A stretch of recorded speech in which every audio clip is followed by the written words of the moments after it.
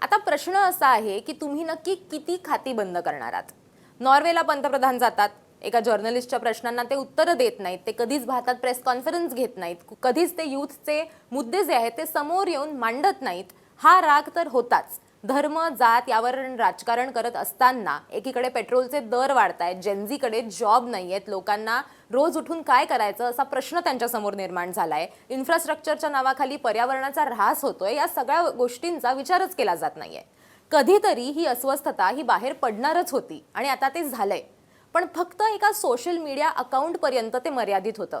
त्याचं रूपांतर ग्राउंडवर होणार आहे का, पक्ष म्हणून स्थापनेचा विचार आहे का, या सगळ्या गोष्टींचा विचारही केला नसताना तुम्ही आधीच त्याला नॅशनल थ्रेट समजताय.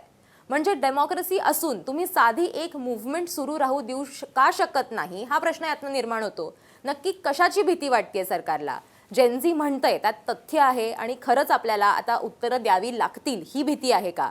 आणि जर तसं असेल तर अभिजित दिपकेंनी आमच्या इंटरव्ह्यूमध्ये जसं सांगितलं की तुम्ही जितके अकाउंट बंद कराल तितके नवीन अकाउंट आम्ही उघडू किंवा ते उघडले जातील, कारण कधी ना कधी लोकांचा पेशन्स संपतो.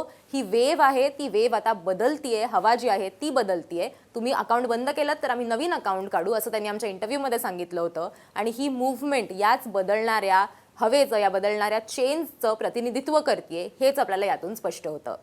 तुम्हाला या सगळ्याबद्दल काय वाटतं ते आम्हाला कमेंट करून नक्की सांगा आणि असेच व्हिडिओज बघण्यासाठी मुंबई तकला सबस्क्राईब करायला विसरू नका.